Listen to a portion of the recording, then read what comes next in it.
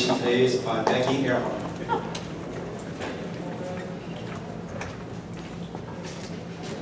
Thank you. Will y'all please bow your heads? Dear Heavenly Father, we come to you this hour asking for your blessing and help as we gather here today. We pray for guidance in the matters at hand and ask that you would clearly show us how to conduct our work with a spirit of joy and enthusiasm. Give us the desire as Rotarians to find ways to excel in the work we do with each other and in our communities. Help us to work together and encourage each other to excellence. We ask that we would challenge each other to reach higher and further to be the best we can be. We ask that you please bless this food we're about to receive to nourishment of our bodies and us to thy service. In Christ's name, amen. Thank you, Becky. Visiting Rotarians and guests, our new member, Reese Stevenson, to come do introductions.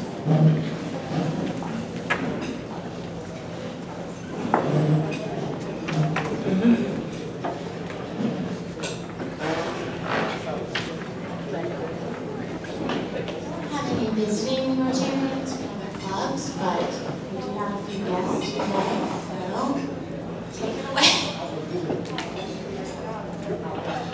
My guest today is Winfred L. He goes by Hassan, and he's a chemical engineering PhD student at USC, so welcome to him. Thank you.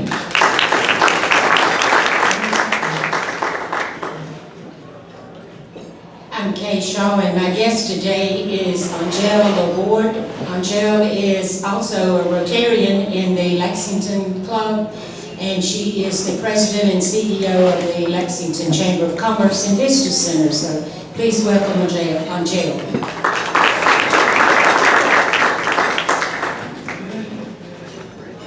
There are two guests also in the club. There's three guests here, actually. One of them is going to be our speaker in just a second. Our international student is back and he's going to give us a little presentation on his visit to Europe, Denmark. His parents are here. I'd like to ask Ashley Lindler to stand up and Kevin Lindler, the parents of Ori Lindler. They'll be speaking something.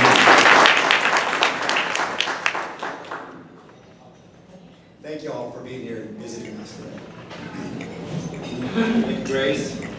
Health and Happiness, Carrie Powers, past president Carrie Powers.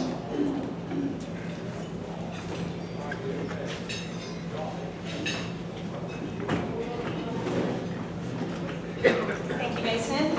Good afternoon. It's good to be with you guys again. Haven't been up here in a while.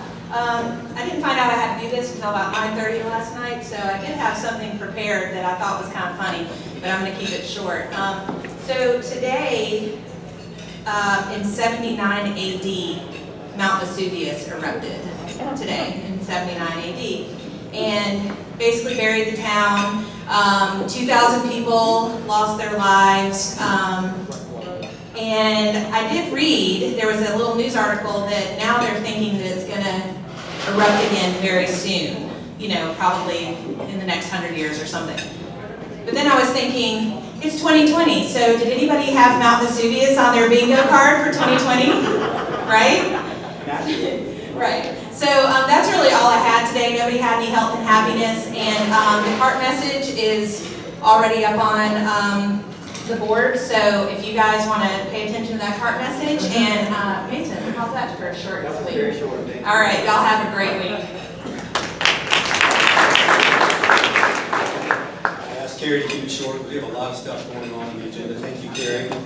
There's an asteroid that's supposed to come the day before election day. I did not have that on my bingo card either. All right. Don't forget your cart bucket. She did mention the cart fund, the blue buckets on your table.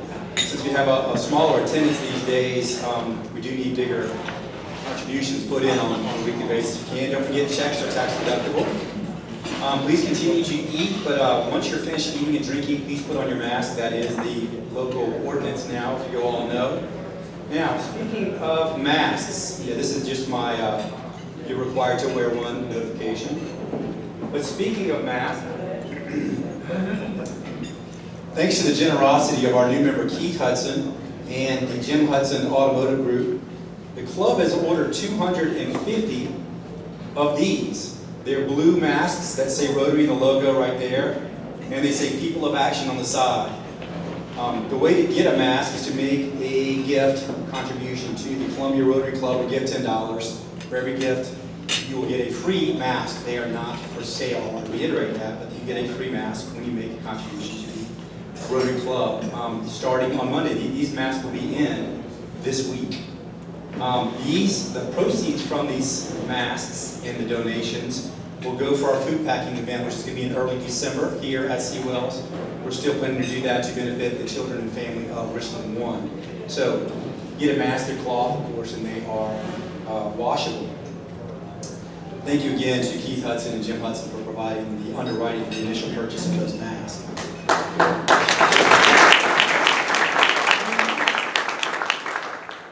Remember that membership is the lifeblood of our club. We'd like for you to encourage everybody to bring a prospective member to a Discover Rotary meeting. The next one will not be the first Saturday in September because we're not meeting on Labor Day.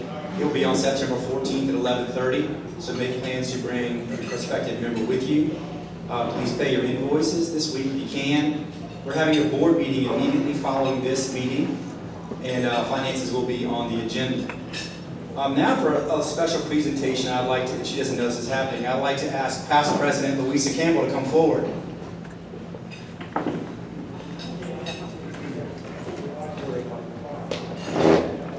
Louisa, when we had the transition day, your past president's pin and name tag were on back order. So today, without further ado, I'm sorry we didn't have that for you back in June. Here's your past president lapel pin and your name tag, duly past president recognition. Thank you for your wonderful year. I want to give you a hand. Thank you so much.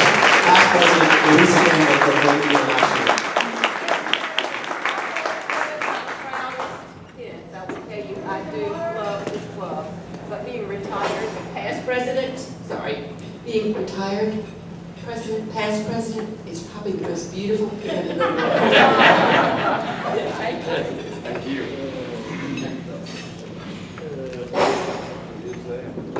Okay.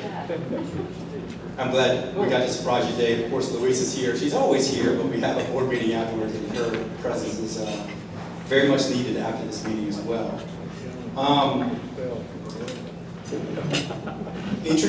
Is Alan Robertson here? Alan's not. Is he here? I don't believe he is. All right, I'm going to introduce our Rotary exchange student. Ori Lindler is back from his year abroad from Denmark. He's going to give a little presentation and talk about his experience there. We're glad to have him here. And Ori, come on up. And he's rising junior at AC Flora High School.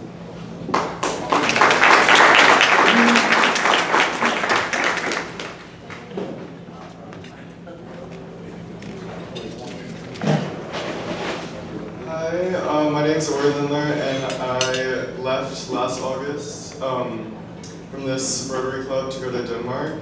And I stayed there for 11 months, so this is just a presentation about my exchange. And I left it in Danish because I used this presentation for my Rotary Club in Denmark, but I did change some things just to make it more relevant. But that says Ori Mason Lindler, Rotary Exchange Student, Rotary Club, Columbia Capital, District 7770, South Carolina. A question that people ask me all the time is like, how big is my state compared to Denmark? And those numbers are kind of irrelevant because it's in kilometers, but Denmark is basically half of the size of South Carolina with the same population. So it's basically just more people squished into a smaller space. And then that's a little map of Denmark on top of like DC, I think. So it's really small.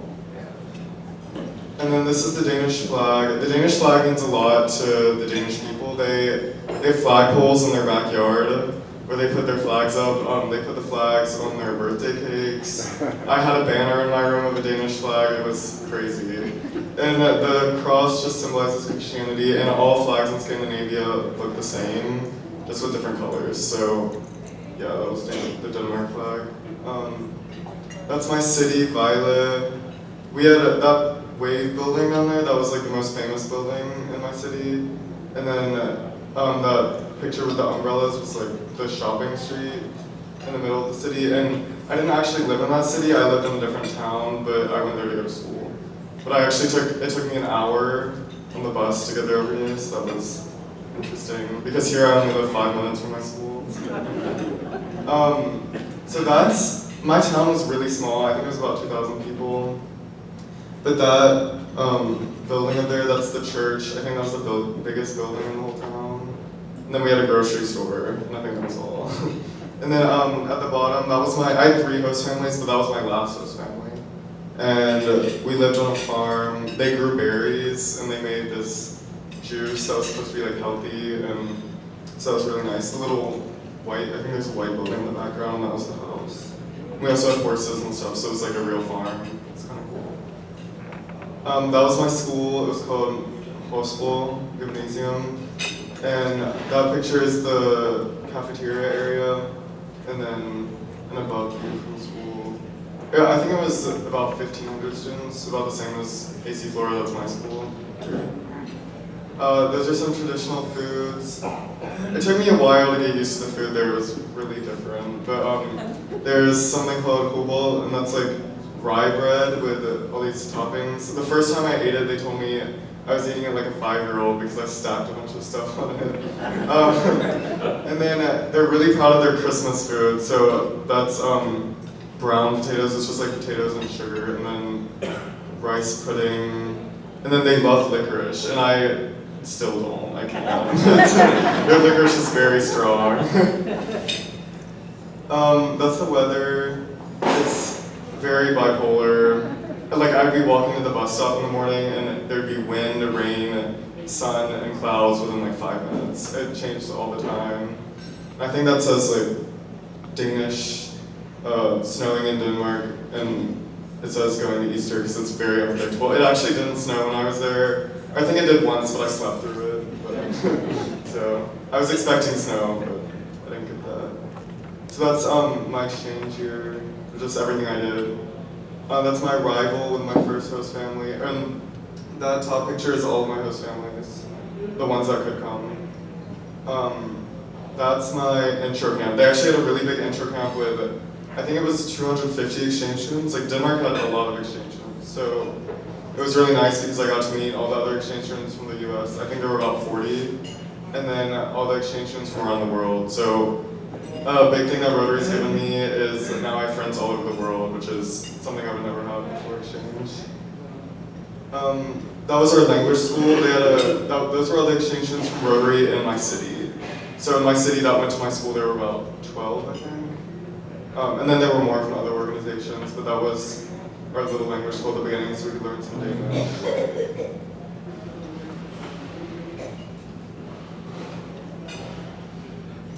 There. So we also got to go on some trips with my host family. That was my third host family, and we had a winter break to Spain, and so I got to see a little bit more of Europe, which was nice. Our Europe tour was canceled because of Corona, but I was glad that I still got to see some other stuff. And I think that picture was me eating octopus on the far end. That was in Spain? Yeah. And then they were I think my Rotary Club was really interested about coronavirus versus like Denmark versus South Carolina. So I think it was, at this time, there were about 19,000 cases here and 12,000 there. And then like we have about the same population, but it's a little bit worse here. But hopefully it goes down again. And then COVID-19 and quarantine. During the quarantine, I did have virtual school, so I was just in those classes with all my classmates, and then I spent a lot of time outside. I went on a lot of runs and walks around, because they do have a lot of really nice nature and trails there, so that was cool. I slept, I learned how to paint and cooked a lot, so my host family liked that. And then I ate a lot. My Euro tour was canceled, and then, but we also did get to travel a little bit around Denmark, so that was nice. We went to Skane, it's like the very top point, and then I'll go to a few other cities. And then these are some differences between Danish and American culture. Danish people aren't so open, like it's hard to get to know them and for them to open up to you. So It took me a while to make friends in my class, but I still did it, so that was nice. And then Danish people are very disciplined, like very straightforward, rule followers. And then in Denmark, I used public transport everywhere I went, which was a lot different than here. Like, my host parents would not drive me, so I would take the bus to visit friends, or the train, or the bus to school. And then they were really surprised that I could get my driver's license when I was 16 here, which I just got my driver's license, I think 2 weeks ago. So I think there you have to be 19, which was very crazy to me. They have to be 19.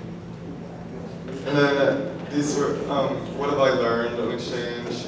I learned to be more outgoing and open and independent. And home can be at many different places. I learned to be a world citizen. I learned Danish and Danish culture. I also learned more Spanish, which is really interesting because I had a lot of friends from like Spanish-speaking places, so I learned Spanish while I was there. And then I made friends from all over the world. And then that just says thank you for allowing me to stay here, but thank you for allowing me to go on exchange.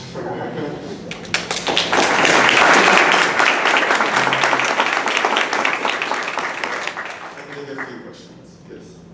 Was your hair that color before you left? Well, I think they say that everybody goes through a big hair change while they're on exchange.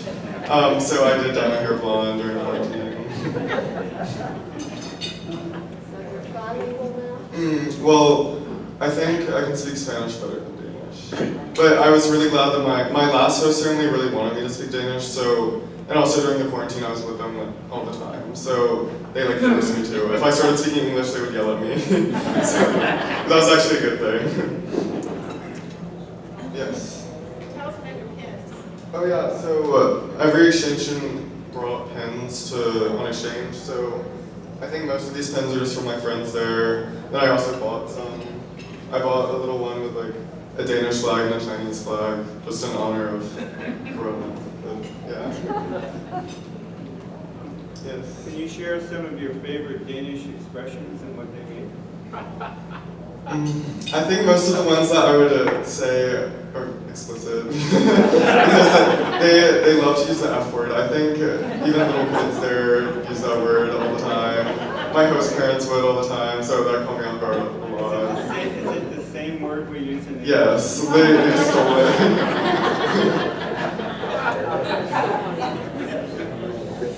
Yes. Sorry?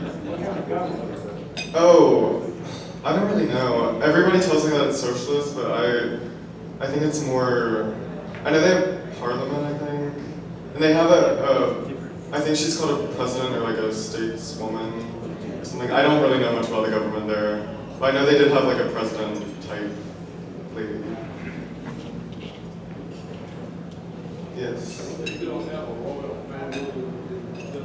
They have a queen, but I don't think she does anything. My host family told me that she just smokes cigarettes. And then I think there's like, yeah. So she's basically, I think she's just there. I don't really think she does anything.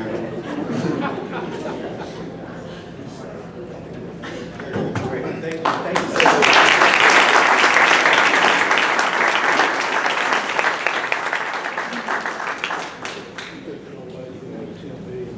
Lori, thank you for enlightening us about your trip abroad. That was great. Remember that we had a host student here, Laura, from the Canary Islands in Spain. And he was the opposite, going the other direction, going to Denmark. Thank you so much. Thank you, Lindlers, for allowing you to be here and do that this whole year. I know that was a trying time to have your son away for 11 months, especially during coronavirus and whatnot. Appreciate it, and we're glad Lori's back safe and sound. Okay, now, for our keynote speaker for today. Our introduction is going to be Catherine Davis is going to give our introduction. Thank you, Catherine.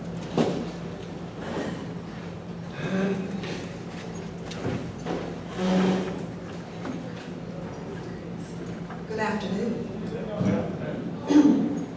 It's my pleasure to introduce Winfred Red, we call him, Red Reese. He works as a recruiter and program assistant with the South Carolina Youth Challenge Academy. This program is sponsored by the South Carolina National Guard and the National Guard Bureau of the United States. The mission of the South Carolina Youth Challenge Academy is to form strong partnerships with youth between the ages of 16 and 18 years old in creating and maintaining a viable plan for their educational and career goals while reaffirming the skills and talents that they already possess. The program educationally reestablishes South Carolina at-risk youth in all 46 counties of South Carolina. Mr. Reese was born in New Jersey, is married to the infamous Stephanie Dawson Reese, and my dear friend. They have 4 children and 5 grandchildren. He is an avid Gamecock, as he graduated from the University of South Carolina, where he majored in criminal justice. He is a United States Army veteran and an 11-year International Department of Defense Mariner, where he served in the United Arab Emirates, Western Europe, and the Middle East. Please join me in welcoming Red Reese.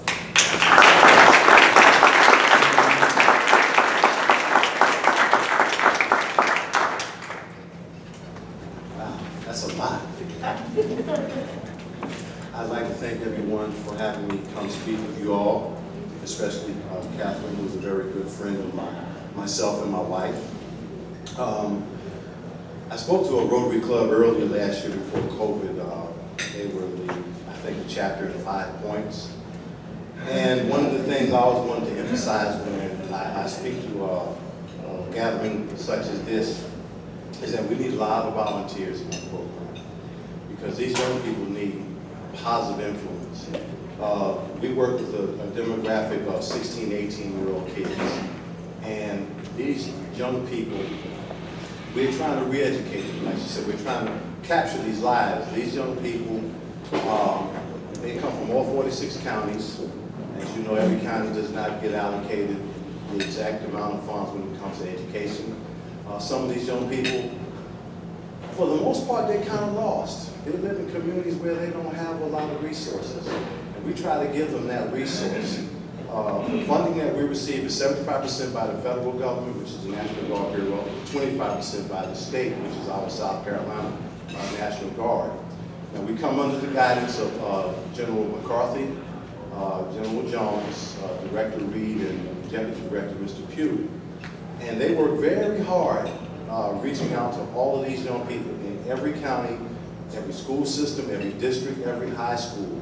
We work with the dropouts. We work with the law enforcement agencies of South Carolina. I work very closely with the Columbia Police Department. I work very closely with the Eastern County Sheriff's Department, Camp Lot, the Project Risk, which is the Columbia Police Department. We are trying very hard to get this very high population of dropouts in this state. South Carolina is averaging anywhere between 3,900 and 4,100 young people dropping out between the 10th and the 11th grade. And that's way too much for our population. But we get these young people in this quasi-military environment. It's not TJJ, it's not, they're not incarcerated, they're not being held against their will, because this is a 100% voluntary program. And with that said, they have to really be willing to come, and they have to really be willing to buy into this program. We invest upwards of $18,000 per child per cycle, and we have 2 cycles a year. Our cycles run between January and June, July and December. And we are trying our best to help these people. And I've worked with over 1,000 kids since I've been here. Our percentage of young people that actually graduate and go on to do better things is very, very high. Unfortunately, we do lose a few. And sometimes we lose a few in a very bad way. But the bottom line is help. We have to show them what we are as people. Now, everybody in here is fortunate enough that we've gotten to this point in our age, and we've seen some things we can pass on knowledge. This is how we treat these young people every day. We treat them like adults, because most of them have been treated like that. We try to get them reestablished in their communities, because a lot of these communities are led by single parents. I'll give you an example. Allendale, 69.7% of the parents are single parent homes. That's a bad statistic, isn't it? That's terrible. But it is what it is. This is what we have to deal with. And that's not the only county like that. But a program like this, we invest 17 months into these young people. 5.5 months is that residential phase. Then when they come, they stay on the military installation, which is McGrady Training Center. It's part of Fort Jackson. And when they stay there for those 5 months, we try to give them what we call our 8 core values. And I'm going to read it verbatim.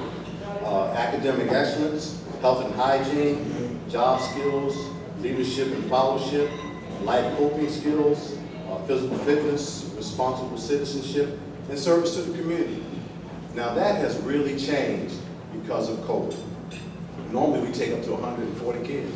Now we can only take 68. We work with the governor's guidance as far as social distancing, so we've had to cut down to 68. So that makes it real tight trying to get the right candidate to fit our program. And they have to go through a process.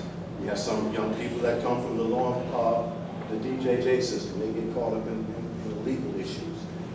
As long as they haven't committed a felony or have a felony conviction, we can help them. Some of them, by virtue of us working with the judicial system in DJJ, DSS, and a host of other organizations, United Way, Federation of Families, just to go name a few.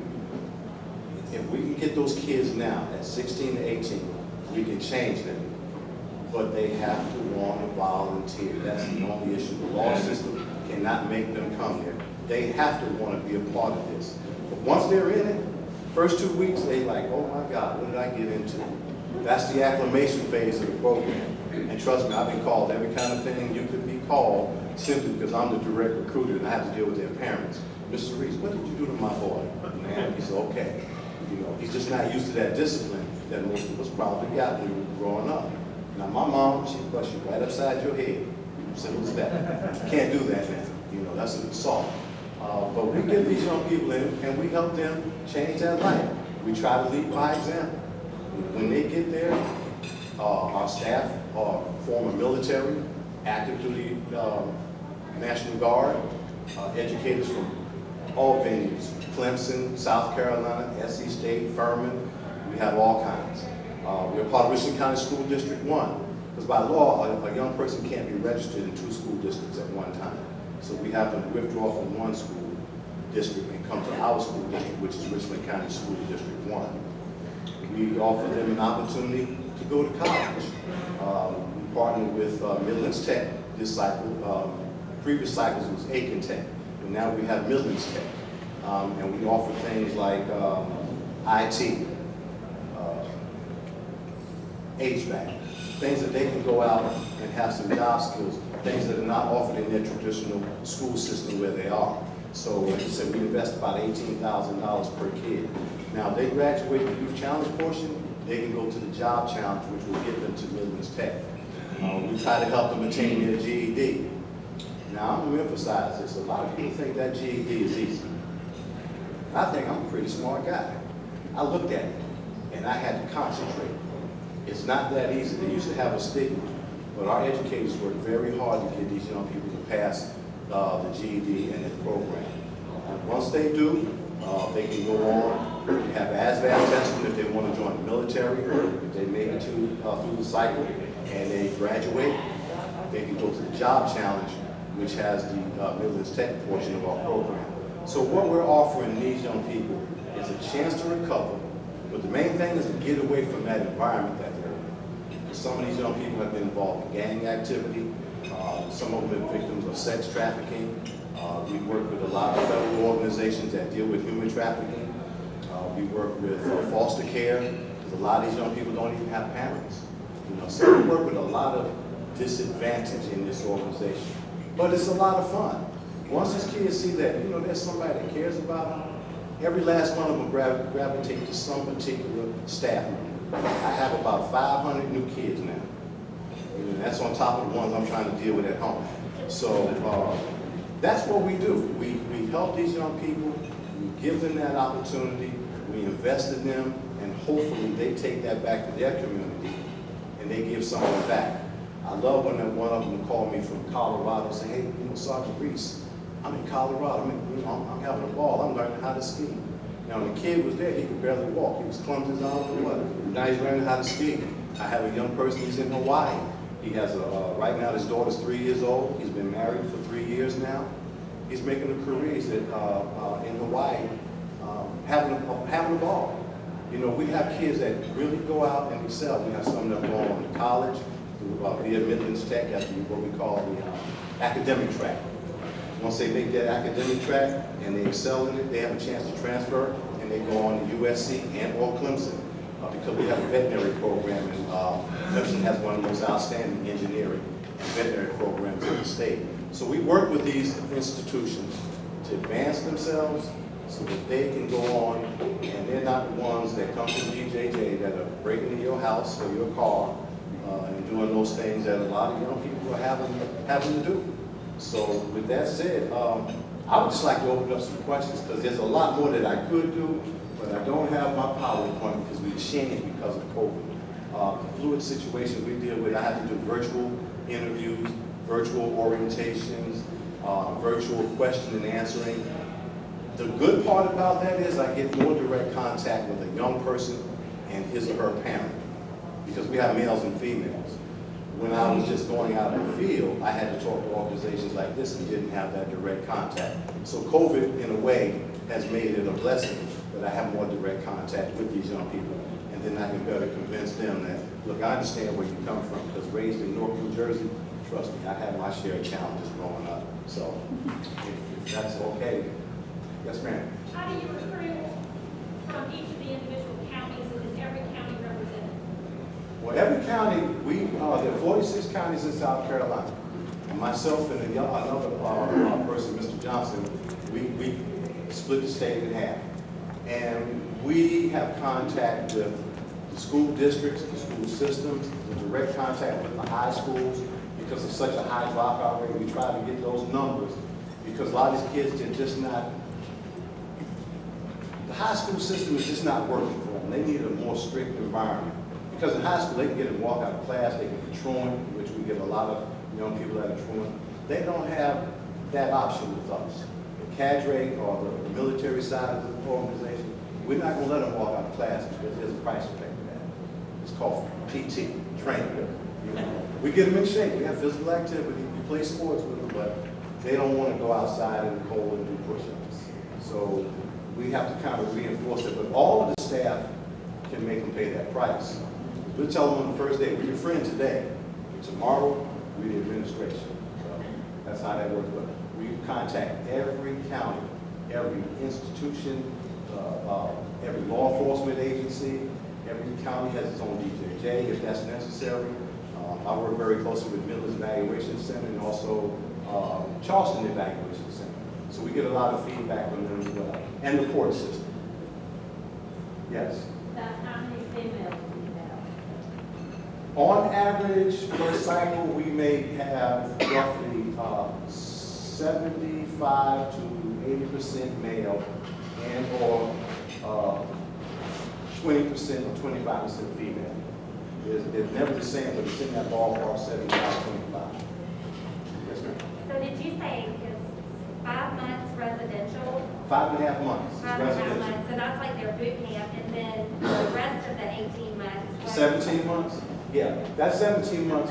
See, the beauty of our program is, now, a lot of programs, when they get young kids in and they do what they do, and they say, all right, you graduate or you're gone, you're done. Like high school. When you graduate high school, you can't go back. With our program, we give them 12 months of having a mentor, having a counselor, and having a caseworker. A full 12 months, that's that 17-month total. We give them great follow-up because we want to know what they're doing. We have a system of tracking. I use the system, it's called the cadet tracking. So when they graduate, they can still come back and say, Ms. Hall, you know, I lost some of my certifications, I need college, can you do that? Bam, you take care of that. We don't just let it go and they're done. We have a great follow-up, which a lot of institutions don't have. And even when that time is up, they still call back. I got, you know, people call me when I used to be one of the sergeants there.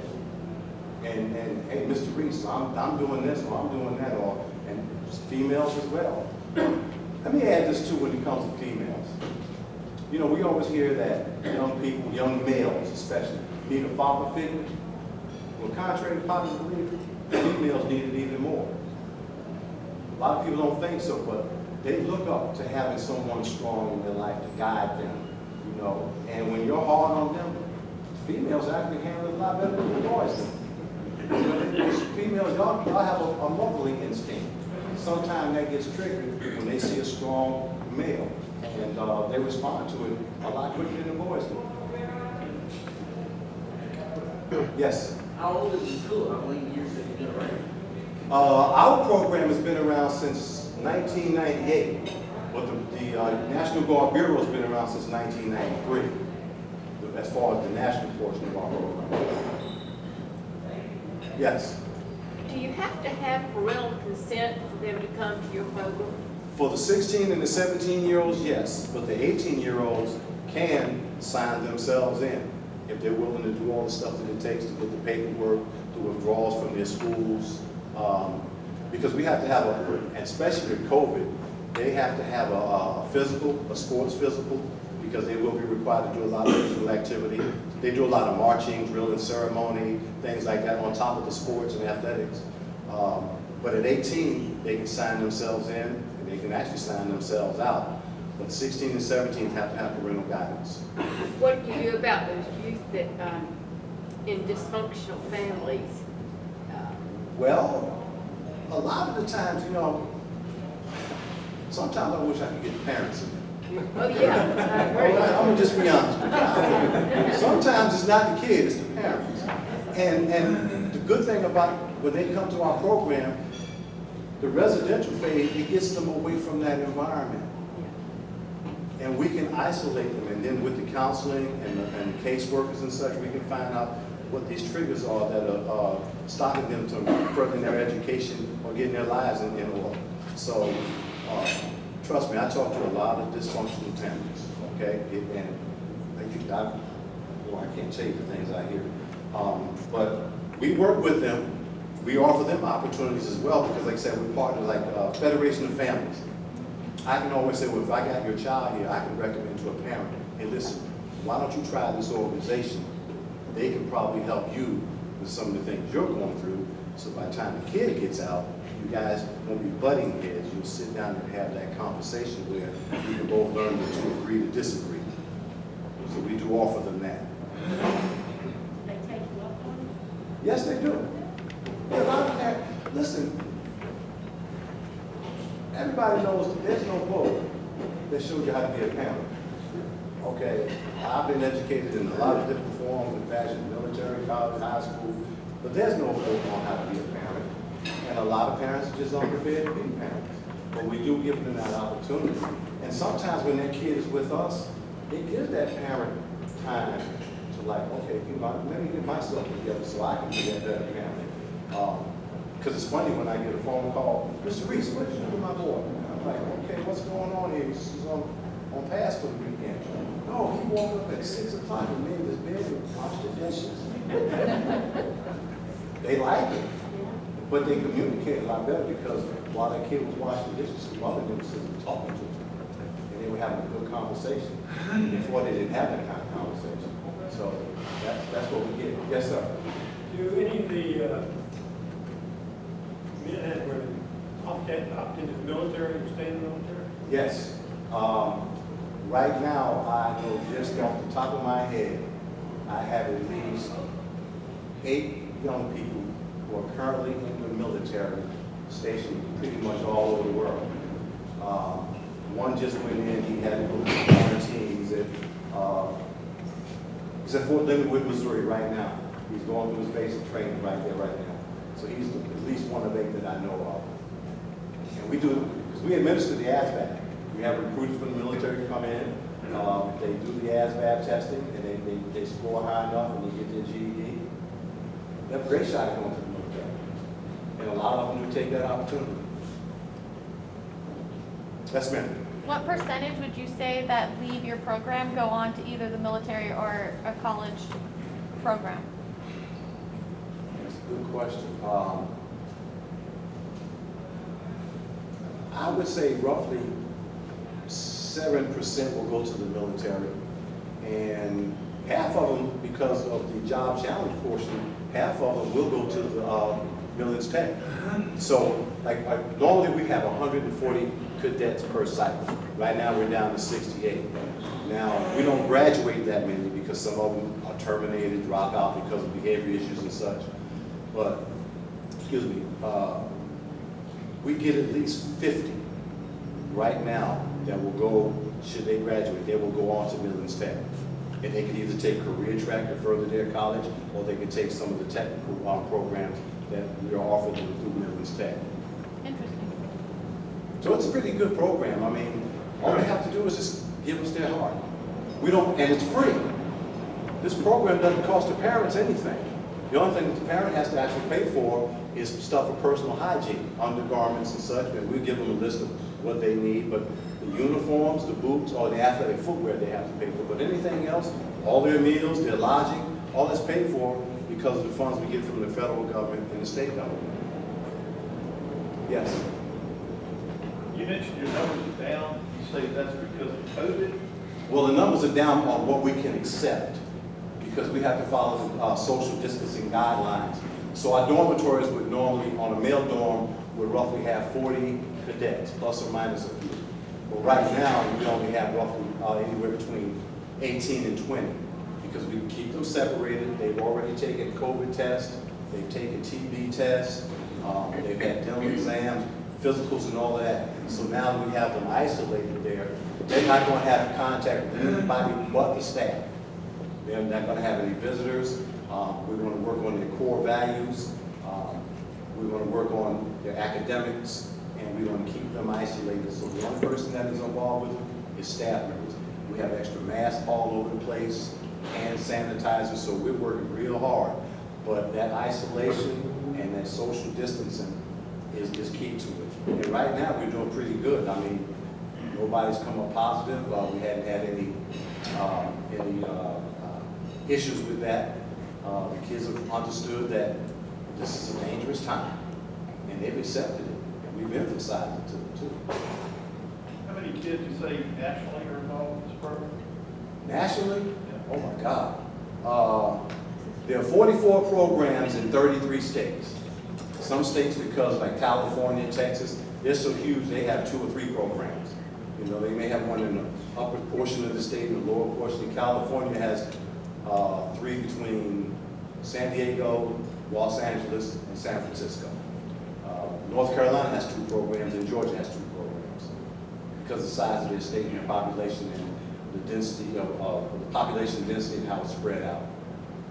In each of the schools is about the same number of students? Yes. Yeah. So there's a very large population. Like I say, South Carolina's got 3,900 plus every year. I have a stat right here on that. Every year. That's how many people just dropping out. That's the dropouts.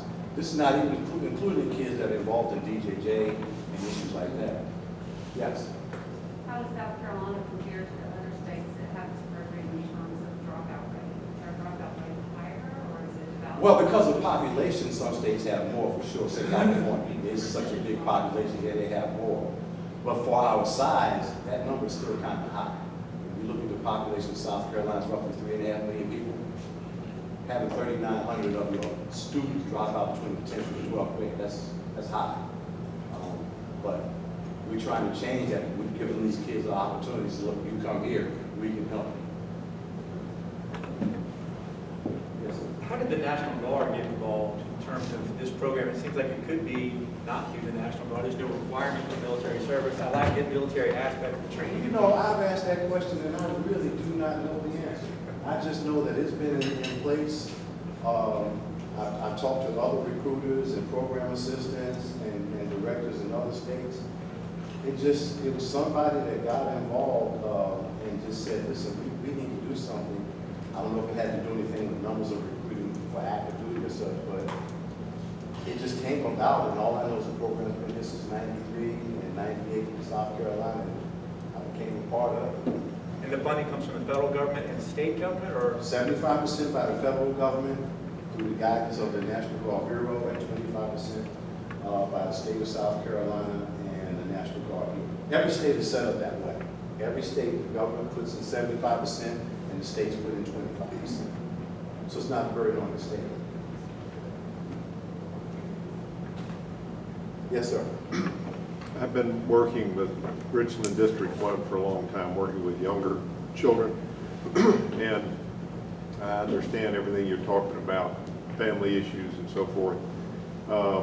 It looks like there's so many young people that need a program like this, more than you can handle, for sure. Are there other similar programs sponsored by other agencies for teenage, at-risk young people? There are a few, but the thing is, they're not as, well, I'll take that back. There's one other that's close to us, it's Willow Gray, out in the airport high school area. Right. They do the same thing, but they have a shorter turnaround. They only work strictly for getting the GED. They don't offer the job skills that we're offering these young people. Because even when they're at the Youth Challenge Academy, they can still take, we have forklift certification, because South Carolina has a very large warehousing industry, and they need forklift drivers. They have ServSafe, because a lot of our young people, to build their resume, one of the first things they get is in fast food. But we tell them they get a ServSafe certification, that can help them get on the track and get into management. Because we emphasize one thing leads to another. Because it makes no difference where you get management skills. If you got management skills, if you got them from McDonald's or you got them from the Rand Corporation, you have them. So we try to emphasize growth by keep going, get that resume built up. You keep building on it, you get to where you want to go.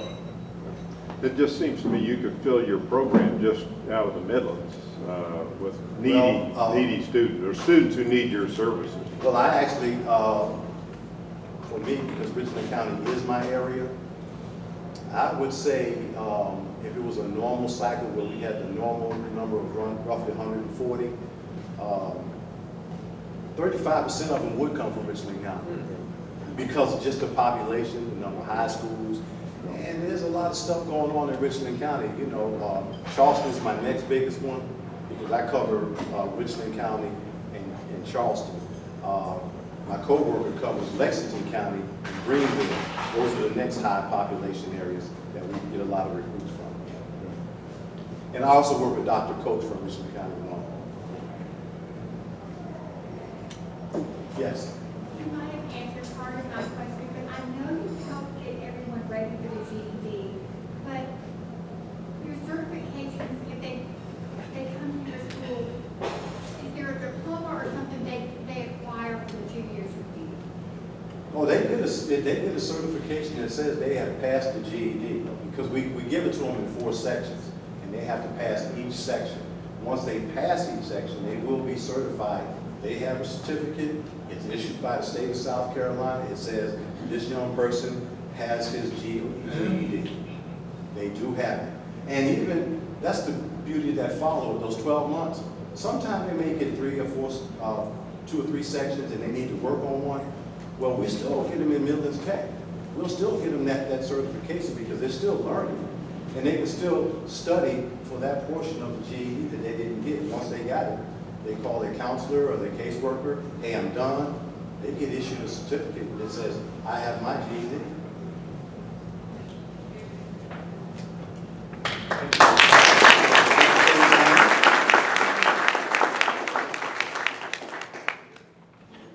Brad, thank you for being here today and telling us about that fantastic program I didn't know anything about. And I'm glad there's a place for all of these children who do need it. I'm sure there's lots of them. I hope we can get back up to full capacity soon enough. We have a thank you gift from the club. Appreciate it. Thank you very much. Thank you. I'll stick around and answer some other questions if you like. Thank you so much, Red. Don't forget that these masks will be for sale starting on Monday, here in the club, not for sale, or they'll be given to you for every $10 gift to the club. We are going to not have a song because Rusty had to run out as well, and I am not going to cover this. You're welcome. So with that, we will adjourn the meeting, and board members will be adjourning over here. Thank you.